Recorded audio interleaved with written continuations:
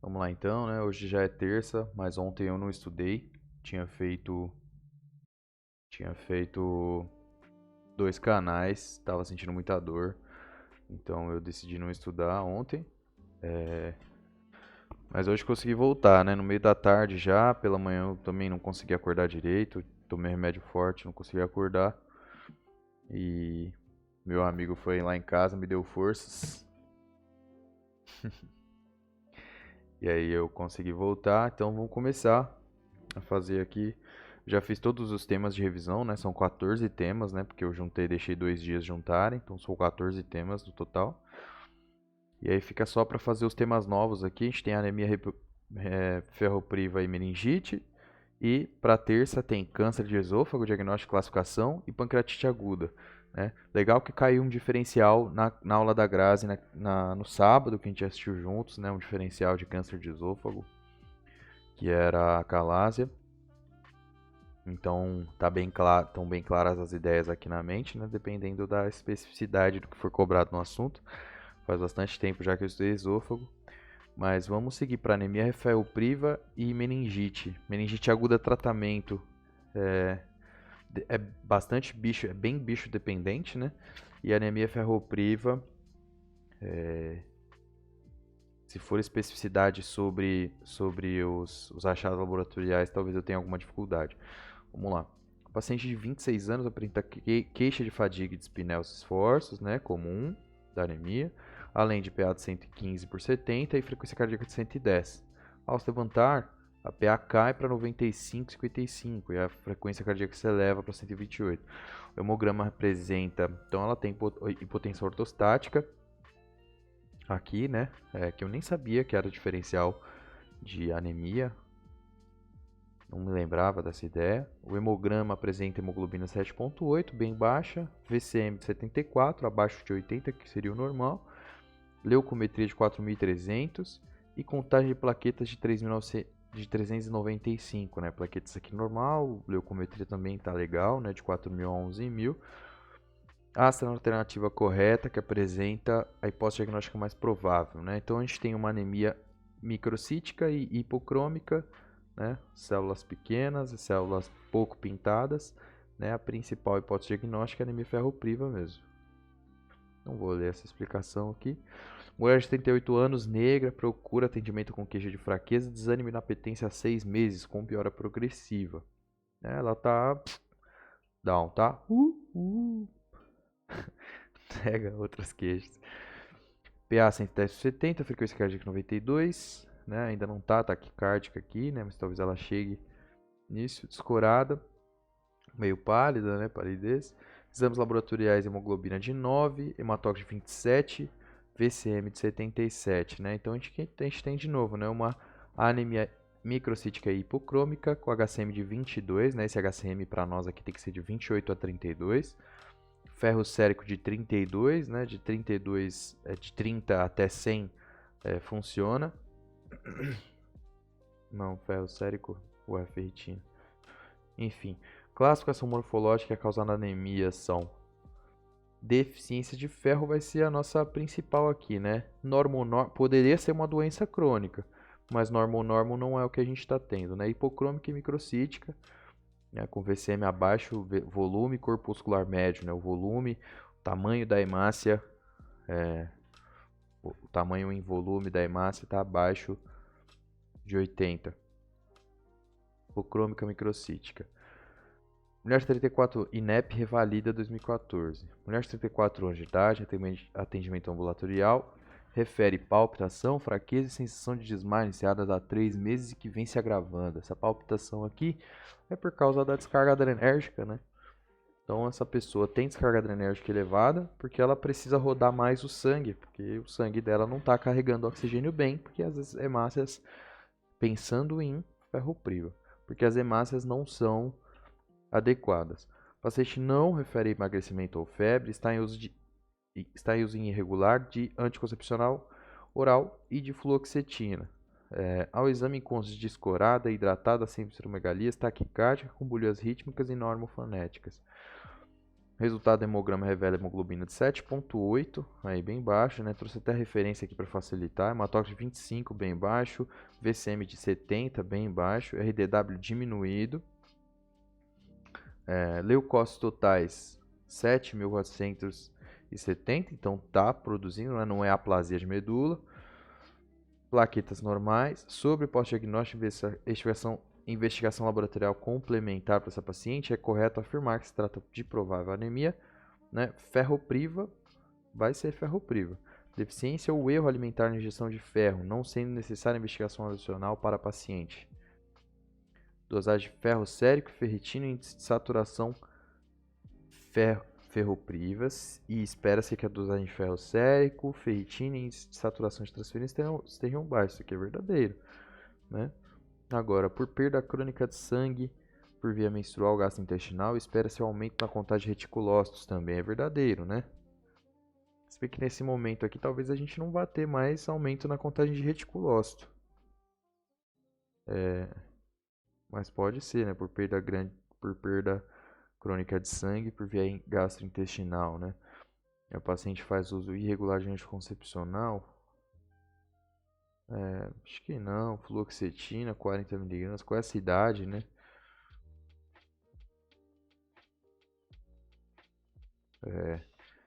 Acho que eu vou colocar a letra A, e tá correto mesmo. Então é isso aí, anemia ferropriva. Eu pensaria ali, talvez, num uso crônico de Ainê, né? O uso crônico de Ainê, ela faz uma úlcera, a úlcera começa a fazer um sangramento oculto ali que a gente não vê. E aí ela tem essa perda, né? E acaba por desenvolver a anemia ferropriva. Sobre o manejo farmacológico de anemia por deficiência de ferro, analise as seguintes assertivas. A gravidade e a causa da anemia determinam a abordagem. A gravidade e a causa da anemia determinam a abordagem. Claro, né? Não pode ser errado. Reposição oral de ferro na dose de 200 mg por dia é usualmente adequada nos pacientes assintomáticos. Não lembro mais aqui. 200 mg de ferro dá quanto de elementar? Se não me engano, cada 120 é 40, né? A contagem de reticulócitos começa a aumentar dentro de 4 a 7 dias do início do tratamento. Pode ser que sim. Sim, difícil dizer aqui. E com o objetivo de repor os estoques de ferro, o tratamento farmacológico deve ser mantido por 6 a 12 meses depois da correção da anemia. Olha, gostaria de dizer que sim também, acho que todas aqui. E é isso aí mesmo, né? Todas as assertivas são corretas, não tinha nada aqui, não tinha nada que chamava atenção de fato, né? Geralmente, quando algo tá errado, chama atenção, né? Unicamp R1 2021, menina de 11 meses trazida para o UBS com história de picacismo há um mês. Eu não sei o que é picacismo, né? Pica é comer, ter, ter pica, né? É comer alguma coisa, comer gelo, comer barro, tijolo. Alimentação. Mas então, com 11 meses, né? É difícil dizer. História de picacismo. Bom, eu acho que é isso. Leite materno, leite vaca, baixa alimentação sólida, carnes e frutas raramente, né? E essa criança, aos 6 meses de idade, ela já devia ter iniciado ali a nossa alimentação complementar e depois, né, e aumentado aí a nossa ingesta de alimentação sólida. Nega antecedente de anemia na família. Exame físico, mucosa descorada, palidez cutânea, hemoglobina baixa, hematócrito baixo, reticulócitos elevados, né, acima de 1,5. Não, não tá, acima de 2. VCM de 62 e hemoglobina corpuscular média de 22 picograma, né, tá bem baixo. Agora como é que trata, né? A conduta é prescrever ferro elementar 5 mg por quilo por dia via oral ou sulfato ferroso 5 mg por quilo dia via oral.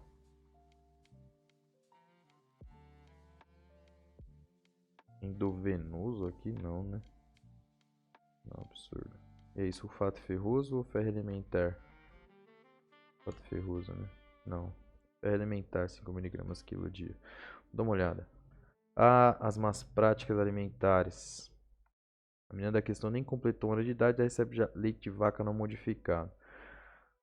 Nesse caso, sem dúvida, a situação de risco nutricional por carência de ferro, que, dentre outras alterações, pode predispor a dificuldade de discriminar, identificar odores e a alterações de sabor e apetite. Observe que foi apontado na história epicacismo há 1 mês.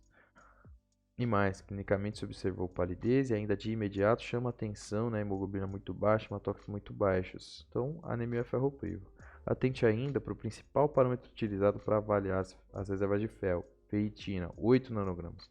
Nos menores de 5 anos, os valores inferiores a 12 indicam o quê? Uma depleção das reservas corporais de ferro. A conduta, então, não é iniciar profilaxia da anemia ferropriva, mas tratar.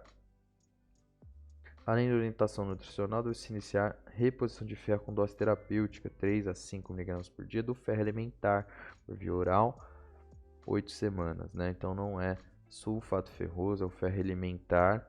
Aqui, eu já não me lembro mais exatamente desses cortes aí para fazer o tratamento de anemia ferropriva.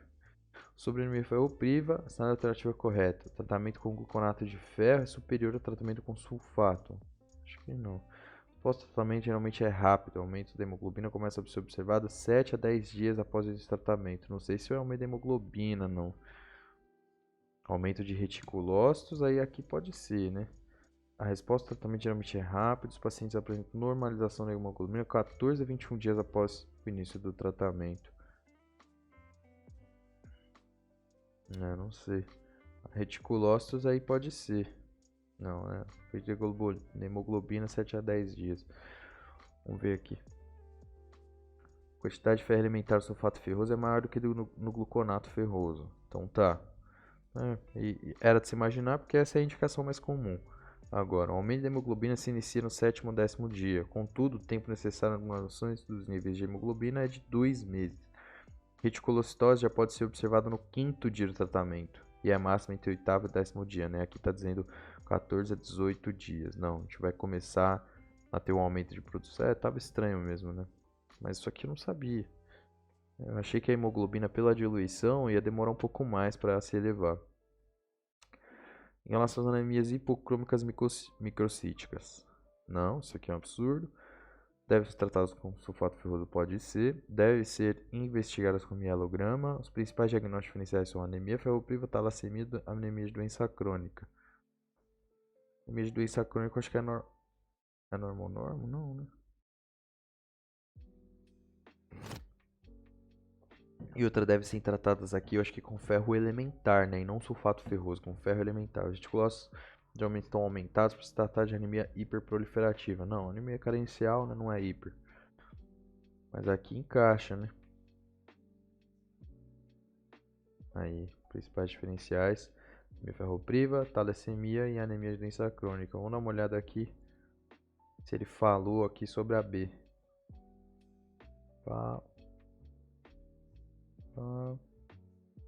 Temos que a anemia por deficiência da macrocítica. O tratamento com sulfato ferroso não se aplica às talassemias, onde pode ser necessária a quelação do ferro, tá?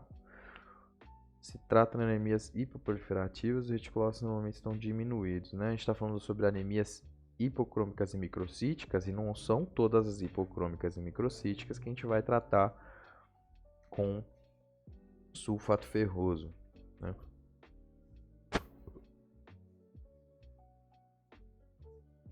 Anemia de doença crônica, por exemplo, a gente precisa tratar a causa de base, né? Hiper 2019, mulher 21 anos, com dissúria, febre dor lombar há 3 dias.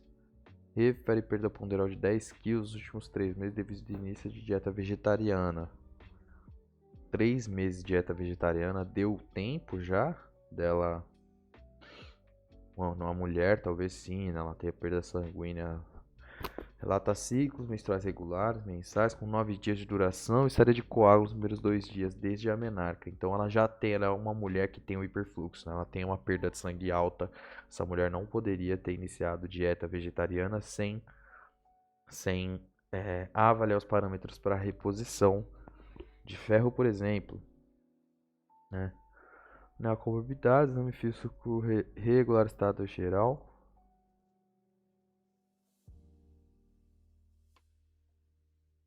Frequência respiratória 22, frequência cardíaca elevada. Aqui ela tem uma temperatura elevada, né, porque ela está com uma afetação, está com infecção, né, e é mais difícil do corpo combater a infecção se ele não consegue transfundir bem os tecidos, né, ele já elevaria essa frequência cardíaca só pela infecção, agora ele está elevando por duas condições, ele já elevaria essa frequência cardíaca, né, já teria dificuldade, sem outras alterações, exames laboratoriais, hemoglobina 8.1, hematócrito 27, VCM 79, né, RDW 19, tem uma grande, uma pequena, uma grande, uma pequena, né, bem alto esse RDW, glóbulos brancos 14.000 para a infecção, plaquetas 528.000, né? Uma estimulação braba da medula, tentando estimular a medula.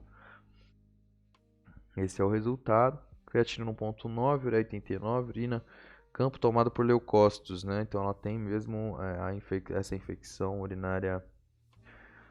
Ferritina baixíssima, ferro sérico baixíssimo, capacidade de ligação, né? Total binding.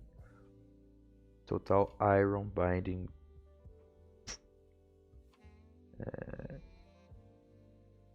Qual o mecanismo fisiopatológico da anemia, né? Perda crônica de sangue, aumento de citocinas inflamatórias, redução da ingesta de ferro. E aí, perda crônica de sangue ou redução da ingesta de ferro?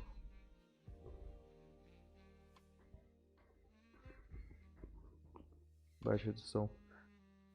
Perda crônica de sangue ela de fato tem, mas é uma perda fisiológica, né? O problema foi que ela parou de comer ferro.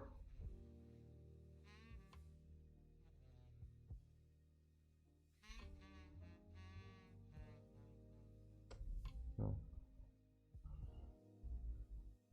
Tá. Agora nos resta pensar a causa dessa anemia que pode ser justificada pela perda crônica. A história deixa claro que a menção é volumosa, que dura mais de uma semana. A dieta vegetariana não causa necessariamente redução da ingesta de ferro, porque esse alimento está presente em diversos vegetais, né? Então é isso. Perdemos uma questão aqui por um conceito que já sumiu da mente, que não está no Anki. Mulher de 58 anos, procura posto de saúde com queixa de fadiga. Tem que acelerar um pouco aqui. Queixa de fadiga, intolerância aos exercícios, cerca de 2 meses de evolução. Sem outras queixas, nega a perda de peso, mas informa não se alimentar bem. Não faz uso de medicamentos, a não ser pela presença de palidez, cutânea mucosa. Isso é o processo histórico objetivo. Audívio em todo precórdia, o exame físico está normal. Né? Sobre histórico objetivo pode ser da hiperdinamia. Dos exames inicialmente solicitados, chama atenção a hemoglobina de 10, VCM de 72, ferro sérico de 14, capacidade bem elevada, capacidade total de ligação ao ferro, total iron binding capacity. Índice de saturação de transferina C, 3% abaixo. Feita a pesquisa de sangue oculto nas fezes, resultou positivo. Dentre as alternativas abaixo, qual deve ser o próximo passo da abordagem da anemia apresentada pela paciente?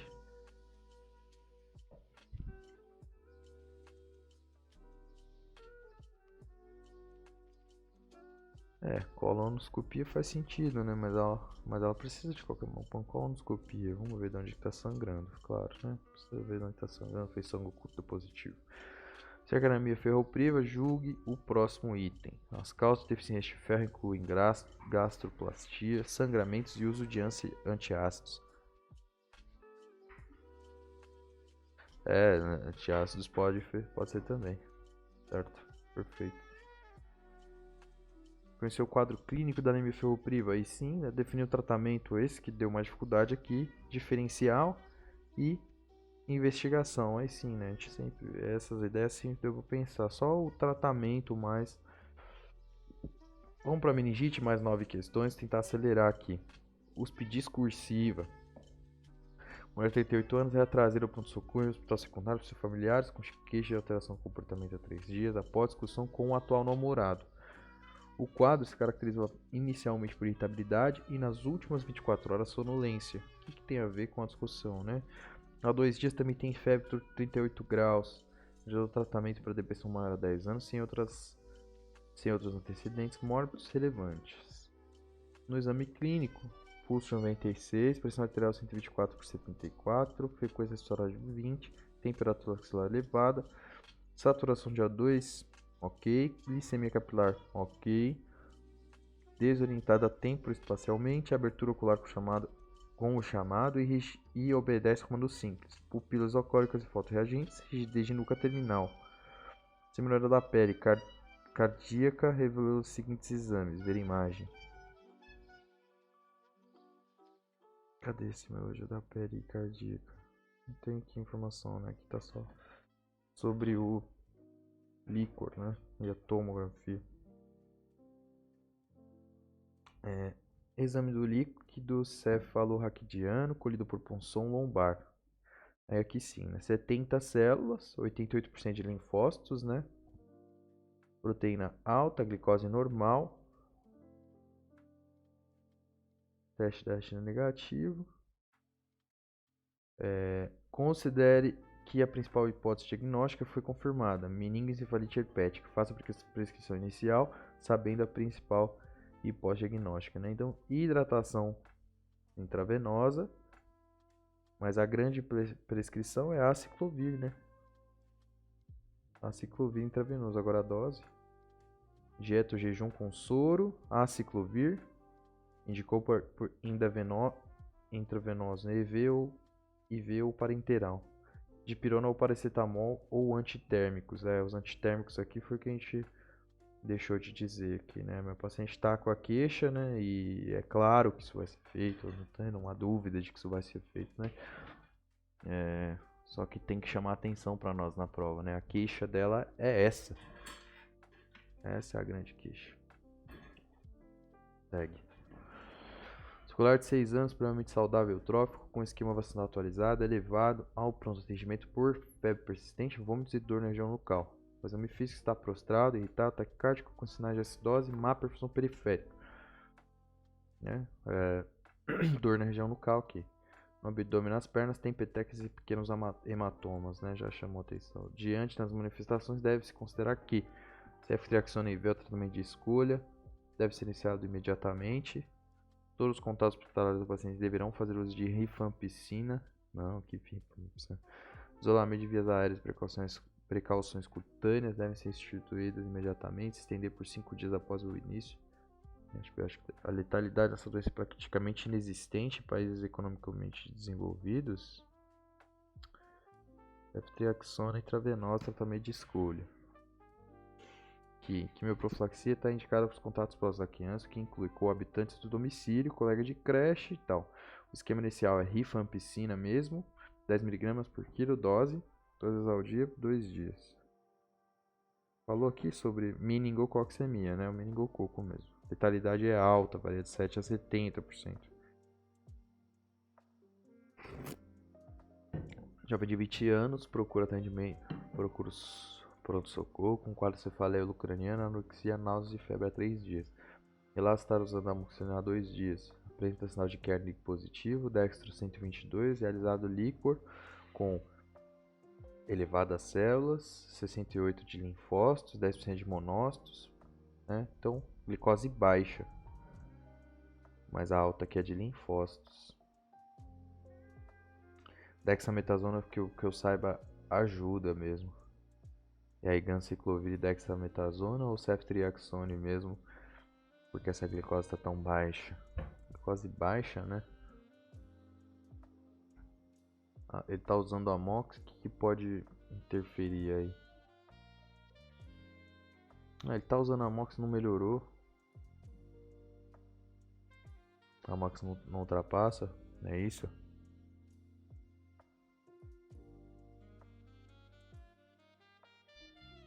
Proteína alta, glicose baixa. Glicose baixa tem que pensar em... mas eu acho que é isso. Não, é da ceftriaxone mesmo. Vamos dar uma olhada aqui. Observe que há consumo de glicose. Ora, infecção oral não se associa a consumo de glicose. Eu achei que algum vírus sim. Mas a bacteriana deveria ter predomínio de neutrófilos. E agora? Calma.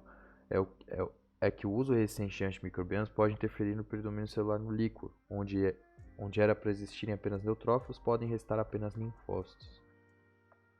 Então foi o uso de antimicrobiano que acabou alterando aí esse líquor, né? Mas a gente estava com a ideia correta em relação ao líquor, né?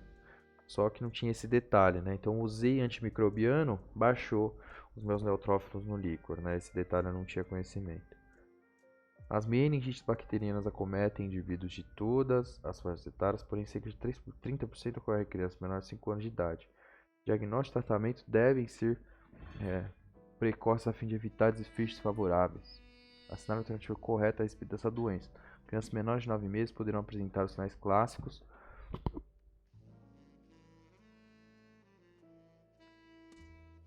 Não, isso está incorreto. Análise do líquor evidencia hiperproteinorraquia, hipoglicorraquia, aumento do número de leucócitos com predomínio posterior de linfócitos. Não, né? Predomínio posterior de neutrófilos. Meningite bacteriana. Tratamento com antibióticos de forma empírica deve ser iniciado o mais precocemente possível. De preferência logo após a punção lombar e coleta de sangue. O uso de corticoide imediatamente antes do antibiótico é associado à redução de sequelas. Isso aqui eu vi que é verdadeiro. Caso meningite por streptococcus pneumoniae com resistência à totapicina deve ser tratados com vancomicina e não ceftriaxona. Quimioprofilaxia com rifampicina está indicada para todos os contatos próximos de casos suspeitos de meningite bacteriana, independente do agente etiológico, devendo ser iniciado até 48 horas após a exposição.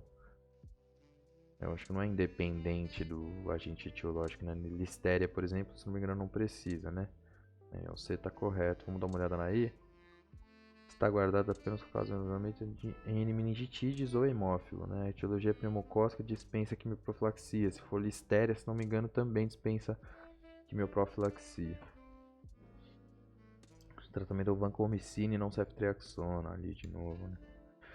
Uma de 58 anos chega ao pronto-socorro com rebaixamento do sensório e confusão mental há 3 horas. Uma familiar conta que há uma semana ele vinha com coriza, obstrução nasal e tosse. Há um dia surgiram febre, cefaleia e hoje pior. Líquor, 300 células, 90% de leucócito, pá, ceftriaxona e butanol. Além da vancomicina, quais antibióticos são a melhor escolha para compor seu esquema terapêutico empírico inicial? Eu tô achando que é streptococo, né? E aí, ceftriaxona e ampicilina? É isso aí mesmo, ceftriaxona e ampicilina. Aí cobre todo mundo, né? No idoso, na pessoa mais idosa. No caso de meningite bacteriana aguda por streptococcus pneumoniae com concentração inhibitória mínima beta-lactamicos muito elevada, o esquema terapêutico de escolha dentre os abaixo é o vancomicina, né? Concentração inibitória mínima muito elevada quer dizer que está precisando de muito para tentar inibir aquelas bactérias. Um homem de 23 anos, estudante, procurou PS com dor de cabeça intensa, febre não medida e vômitos há um dia. 38, rigidez de nuca presente. Líquor. Leucócitos muito elevado, né? Glicorráquia, glicemia estava normal. Qualquer ideia, ceftriaxona. Chloramphenicol vai ser feito nas pessoas que tiverem, se não me engano. Não, mas mesmo assim eu posso fazer ceftriaxona, né? Chloramphenicol já foi uma opção. USP R3, hein? Penúltima questão aqui, tenho 2 minutos. Vamos ver como é que tá o líquor. Líquor sem células. Proteína 50, glicose normal. Bacterioscópio negativo, cultura negativa. CA2-ciclovir, PCR para simples, negativo. Hipersinal em T2, citomegalovírus. E flare no lobo temporal esquerdo.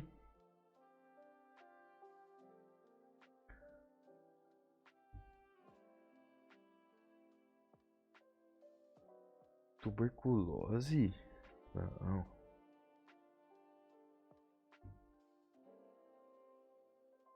Não.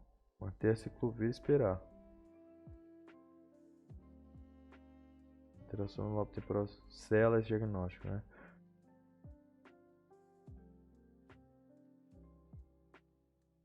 Tá. PCR veio negativo, a clínica é soberana. E aqui, última questão, e a gente já terminou essa ideia aqui. 34 anos para gente rígida, veio pronto-socorro com cefaleia hemocrânica 2 dias, náusea, febre 38, confusão mental tal. confusão mental aqui já é mais comum para herpes, né? Parada comportamental associada a automatismos oromastigatórios com duração de 3 minutos. Glasgow 3, 4, 6. 13. Confuso e sonolenta, rigidez de nuca presente, fundo de olho sem papiledema. Sem papiledema e outras alterações. A ressonância de crânio da paciente é apresentada. Olha, não teve o líquor, hein? Mas a gente sabe, né, que essa afetação aqui é mais comum para herpes, né? Mas essas alterações comportamentais aí. Eu não sei quais indicações de tratamento específico para listéria, eu vou deixar fora aqui. Indicação de corticoide, aí sim, né? Beleza, e aí a gente pausa aqui, faz a pausa agora, e depois segue com essas outras duas discussões e acabou o nosso trabalho com hard work.